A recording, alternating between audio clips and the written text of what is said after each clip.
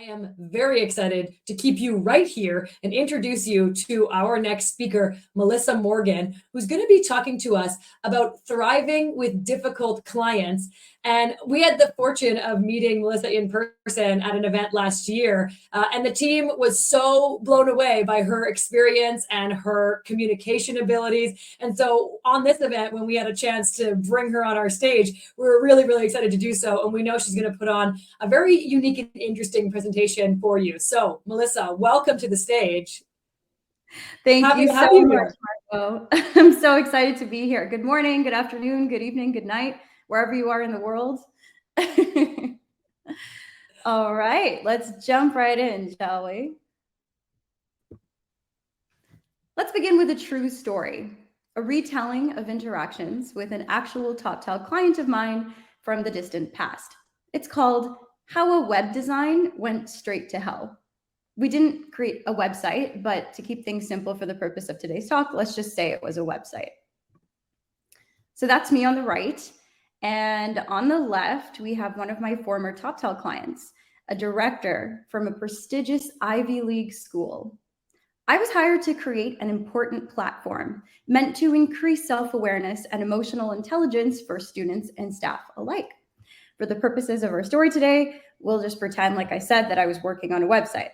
So I was thrilled, I was excited and overjoyed about the opportunity to work with them and have such a recognizable Ivy League school and fascinating project on my resume. Everything was great in the beginning. The client shows me their current website and we both laugh at how terrible it is. Some time goes by and I redesign the site. It looks great, it satisfies the needs of the users and works well.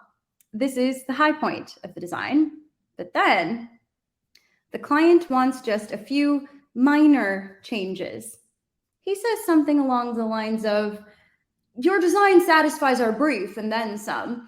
It's also technically feasible and scalable. However, I get paid a lot of money to be useful, so I'm going to micromanage this and ask for 4 to 5 additional variations tomorrow to show my boss. My 7-year-old daughter hand drew a penguin. And I want that to be the mascot. This is a non-negotiable. About the penguin, I didn't make this up. If we were at an external conference, I wouldn't be allowed to show it, but I've been given clearance to be able to show you the actual penguin that my client proposed at the end of this talk, so stay tuned for that.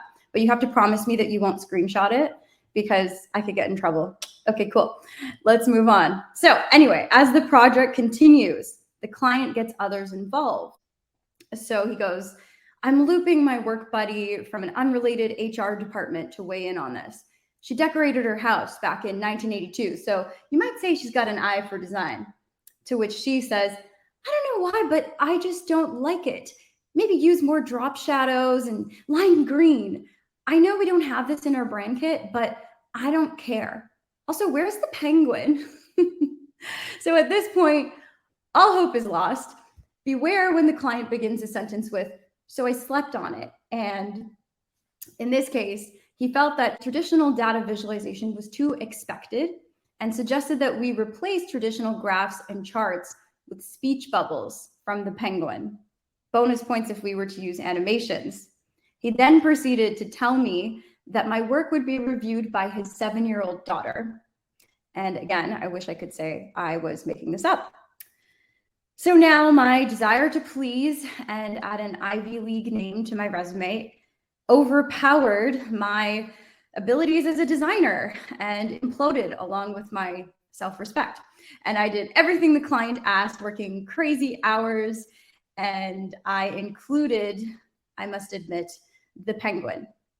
I am no longer a designer. I'm now a mouse cursor inside a graphics program, which the client controls by speaking, emailing, and instant messaging.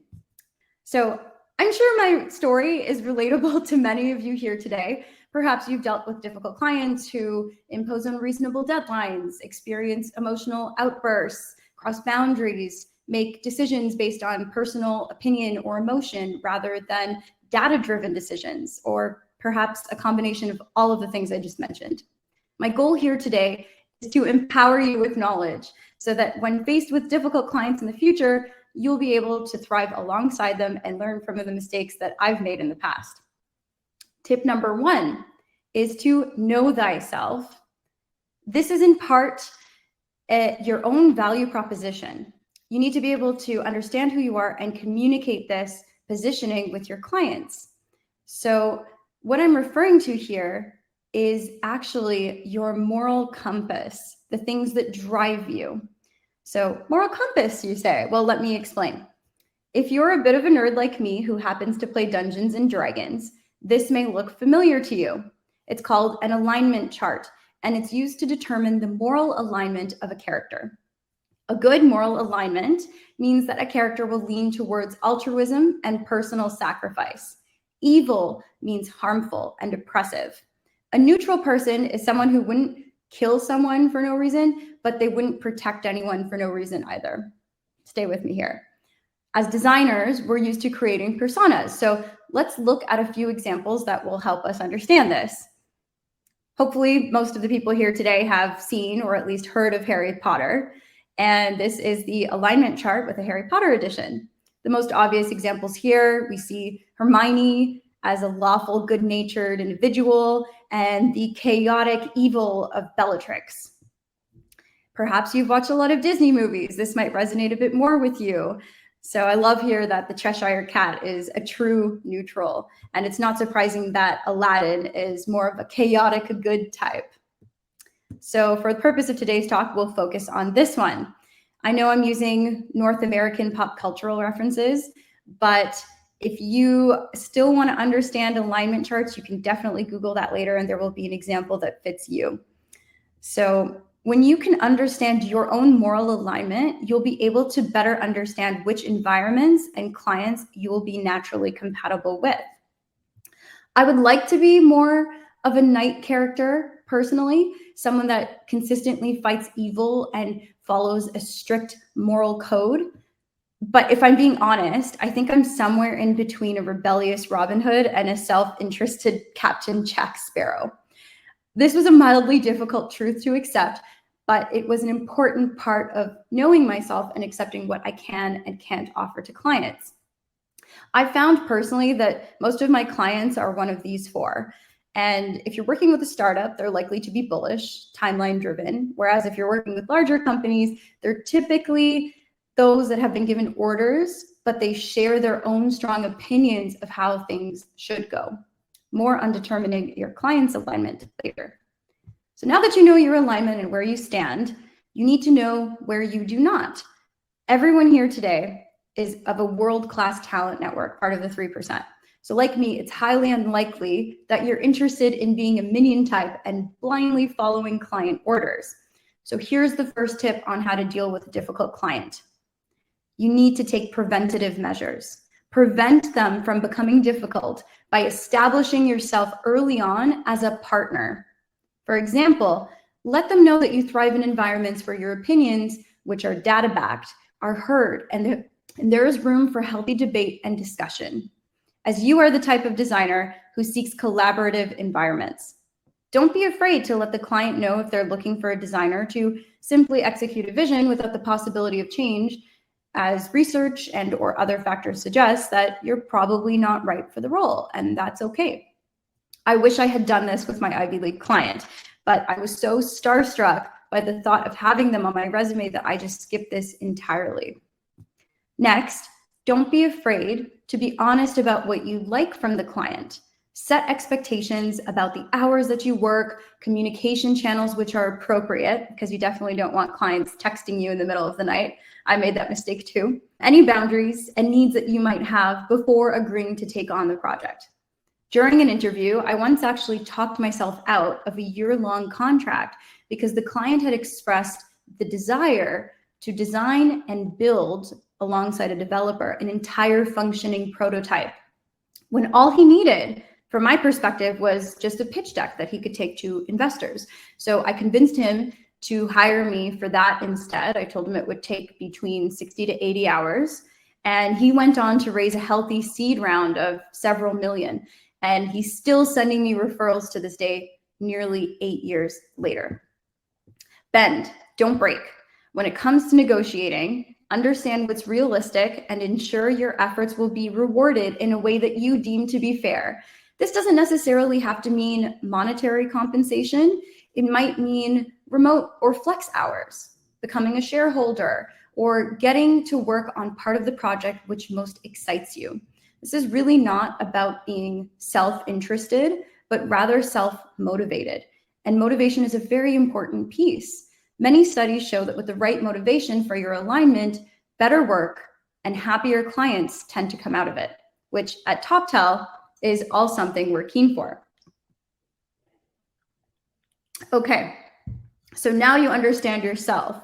Next step is to know your role and play within it, if you will.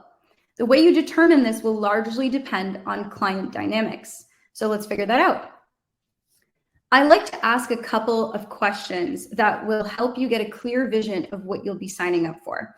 Ideally, you do this during the interview, but no later than your very first kickoff meeting. The first question that I recommend asking is, who are the stakeholders and what criteria will they be using to assess whether the project is successful? This will help you to establish who's driving the project, who will be heavily involved, and who might be managing behind the scenes.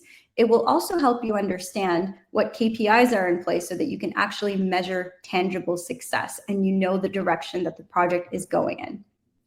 The second question worth asking during the interview, and this one might seem a little strange, and it catches a lot of potential clients off guard. This one is, tell me about a time when someone changed your mind. The way that they will answer this question will give you insight into the psychology of how a person thinks and tips on some effective ways to persuade them in the future if the occasion calls for it. It also provides some insight as to where they might be on the alignment grid. Now, let's talk about some client freelancer dynamics. Get ready for some puns, because I like puns. The minion pro relationship is personally my least favorite one to be in, unless I'm incredibly passionate about both the CEO and the mission of the project, and I blindly trust who's leading it. So it doesn't happen often, but it can. But this is essentially when you are asked to respond with jump, you say, how high? Here we have our friend Geralt from the book, game, and show The Witcher. Some of you may have seen it. But essentially, Geralt is a monster killer. And so people hire him from a distance to slay the monsters that they can't dispose of themselves. The Gestalt is a psychology term which refers to an organized whole that is perceived as more than the sum of its parts. So this is to say that this kind of relationship is when a client trusts you almost blindly and they give you more power than you may even feel that you're actually deserving of. They've hired you, the professionals, to get things done, and they don't really care to micromanage or be that involved with how it happens. They're happy to go along with pretty much whatever you decide and have very few rebuttals or requests for change. For some, at first blush at least, this may seem like the ideal scenario, but I will explain why it isn't shortly. So hopefully most of us have watched The Matrix, and in case you haven't, it portrays a world where we are caught in a simulation being controlled by those outside our vision. Another type of client dynamic is the neo-Nazi, refers to a relationship where neither you or your direct manager have a real say in the direction or the decision-making of the project, but rather someone else behind the scenes is in charge. Perhaps there's someone you've never been introduced to, but you've been told is indirectly critiquing your work. This happens quite a bit. These dynamics are particularly difficult to work in as communication becomes like a broken telephone, and oftentimes your designs are scrutinized by someone who's missing the full context of your research and design decisions. One of the ways that I prevent difficult communication from happening in a relationship like this is I will record myself presenting with a free tool called Loom. And I will ask that the client or my indirect manager passes that Loom video along with the context of the Figma file, because if they saw that in isolation, they wouldn't understand why I did what I did. So that's actually pretty important. And then here we've got X, which marks the spot where no one is driving. Ironically, when no one's driving, someone or something is still driving. So this is more of an in-between flux state that is usually entertained when new information that the company or the CEO receives causes the need for a business pivot. At this point, the best thing you can do is just hang on for the ride and get ready for some big changes. My dad, who's a contractor, used to tell me that as a contractor, you are usually the last person hired and the first person fired. So that sometimes comes into play during this state when there needs to be restructuring, but it's something to be aware of. Whatever dynamic emerges after the X dynamic, you can be sure that it will be new and different for all stakeholders involved. So lastly, we have the mega optimal relationship, which in my humble opinion is mega optimal. So the pun actually refers to the Transformer series, in case you haven't seen it. This is Optimus Prime on the left, and he's our leader and hero who fights for good and justice. And Megatron on the right is one of the big villains and his nemesis. So they're often at war, but occasionally they will join forces when needed for the greater good to protect people and power and things like that. So here, you and your client are both formidable at what you do. You have mutual respect. You speak your mind freely. You have strong moral alignment, even though those might be different, but you can join forces. And this is the kind of relationship that's great because it's how you improve. It's how you push yourself to work harder. It forces you to be more conscious of the decisions that you're making, back up your work, have the push and pull that makes for true growth. And it's got just the right amount of balance for friendly competition and trust and skepticism. So next, you need to know where the driver is headed and be prepared to tell them that they're going the wrong way.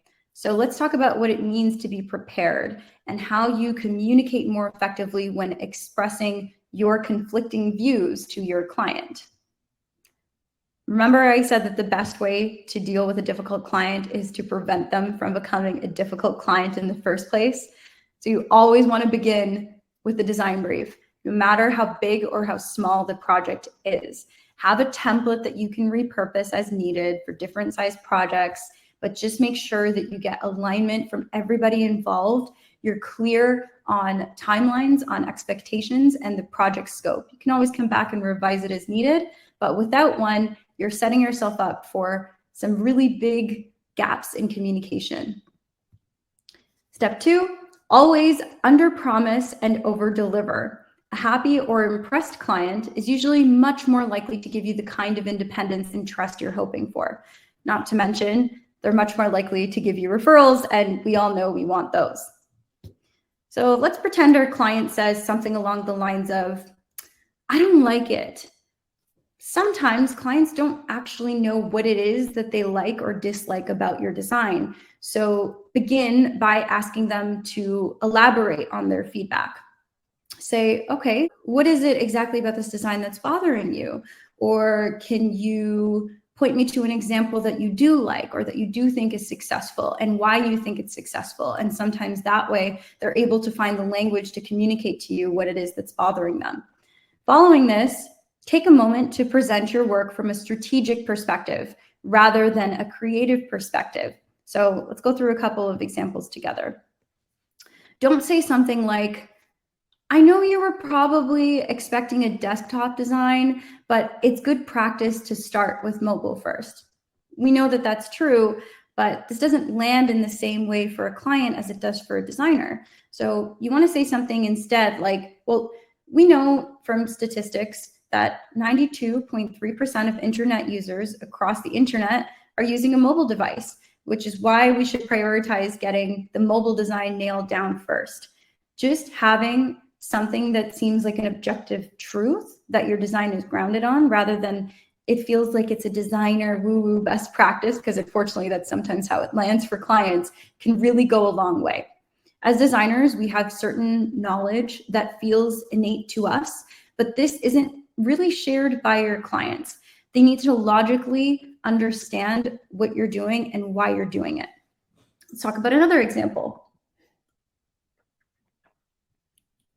Don't say something along the lines of, I think this looks better or cleaner. It also mimics what company XYZ does. Instead, say, well, it's likely that new users will have certain habits with regards to where features are located. It's great to be unique, and we should also consider what's intuitive for them. A seamless experience would likely result in increased willingness to adopt our platform.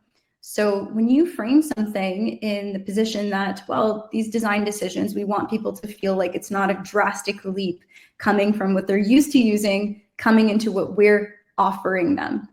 And that way, the transition seems more seamless, and they're more likely to buy into your ideas.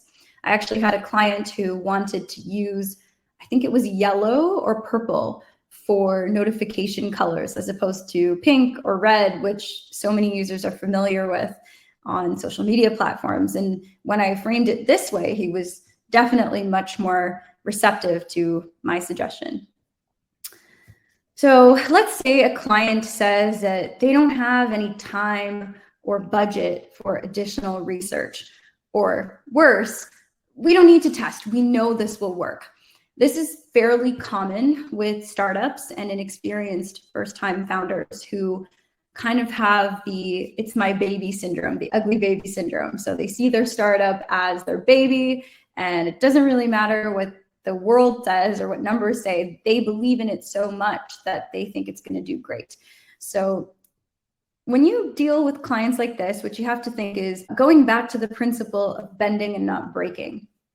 So you need to balance being understanding that the client is working with a limited budget, but refuse to completely cut corners. Suggest a lean approach instead. So doing some secondary and competitive research and a little bit of user testing. Reassure them that testing is not just about product validation. It's to ensure that you're building the right features in a way that will increase the likelihood of conversions and shine a flashlight on the things that you don't know you don't know. In a research study from the year 2000, Jakob Nielsen found that you only need 5 users to test your application in order to identify 75 to 99% of all usability problems. So you only need 3 to 5 users to identify the majority of usability issues. And the logic behind their 5 user suggestion is that as you test more and more people, you uncover fewer new insights at a higher cost. So usually most clients are open to conducting or allowing you to conduct at least 5 user interviews, but please do not skip this step entirely if you can avoid it. Next tip, let's say your client says something completely weird, and they say, for example, I want the penguin to be the mascot. Well, echo this back to them. If they say, I want the penguin to be the mascot, reply with, you want the penguin to be the mascot. Psychology says that this mirroring will bring about any semblance of doubt or sanity, hopefully, to the surface. They might reply with something like, yes, is that a problem? In which case, great, you've now been invited to give your opinion. If they are for some reason very confident in their idea, they may also keep elaborating and reply with, yes, the penguin, and I would like it to have speech bubbles, in which case you mirror again. You'd like the penguin to be the mascot and use speech bubbles to deliver data to staff and students. Hopefully at this point they can realize the absurdity once it's echoed back to them. But if not, we can try some other tips. The mirroring technique is actually a technique from a former FBI negotiator, Chris Voss, in a book called Never Split the Difference. I actually have a few books that I recommend at the end of the talk, but he talks more about this, and it's a wonderful read. All right, so let's say the client says, can you have this done by insert unreasonable day here? If you genuinely believe that you can get it done, then say, that should be doable instead of yes. It's a subtle difference, but it sounds a lot less like a promise and gives you a bit of a buffer in case other things pop up. If you're sure that you can't do it by then, say, I would like to, though I can comfortably commit to Monday. given that there are some variables they need to think through. This will make you sound responsible and thorough, not to mention it saves you from putting in hours of additional work, sometimes hours that you don't get paid for. If you're unsure, say, let me get back to you. Think about it, scope it out, and be certain before you can commit. One last tip on this, sometimes clients don't actually know why they give you a certain deadline. It's not always for legitimate reason. So don't be afraid to ask how they came up with that deadline or why they need the design by that certain date. You might be surprised to learn that a lot of these dates reflect inaccurate perceptions of how long they think a designer will take to get something done. Let's say your client says, I like, insert brand name. Can we do that, but better? Be aware of innovation envy. Also, what does better even mean? If we don't have KPIs to measure against, how will we know that the project is successful? These are important questions to explore upfront. Nielsen's 10 design principles may ring a bell. So just a quick refresher of these. I actually like to show this to my clients so we have a shared rubric amongst us and we can check the design against it. This removes subjectivity and keeps us focused on the fact that design is meant to solve a problem and gives us tangible ways to measure success. Lastly, be empathetic. Some clients actually find being involved with a design project to be the highlight of their day. They can be stuck at a desk job doing all the boring stuff and then, oh, cool, they get to work on something visual and fun that can be transformative. And they may feel particularly responsible to manage the project on a personal level, as the outcome of this design will very likely reflect strongly on them. They could also be dealing with a number of personal issues, including stress, health complications, and maybe even some family worries on top of everything else. So if you can do all of the things that I suggested here today, you will very likely have great success. So something I always thought was really funny is that when people take their car to a mechanic, they don't tell the mechanic how to fix their car. When people travel, they don't tell the pilot how to fly a plane. For some reason, though, when clients hire a designer, they want to be a co-pilot at the very least.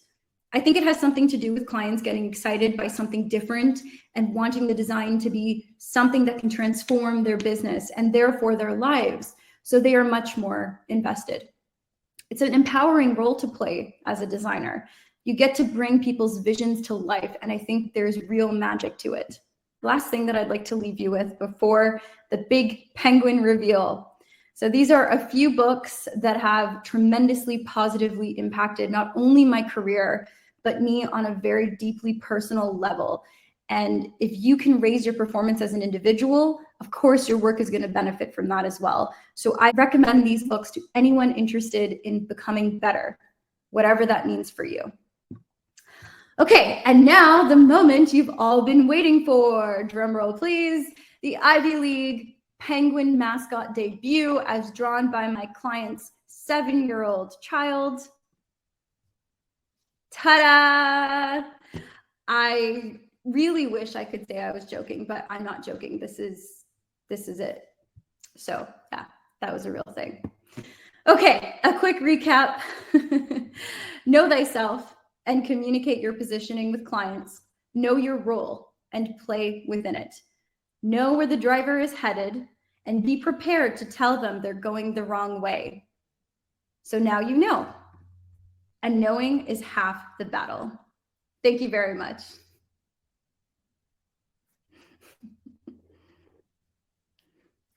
Thank you so much, Melissa. Very well done. And like exactly on time. Maybe we can do a quick 30-second question here for you right at the end. But if a client wants you to be available and spontaneous as their on-site team, but you're in a different time zone, how would you effectively manage that?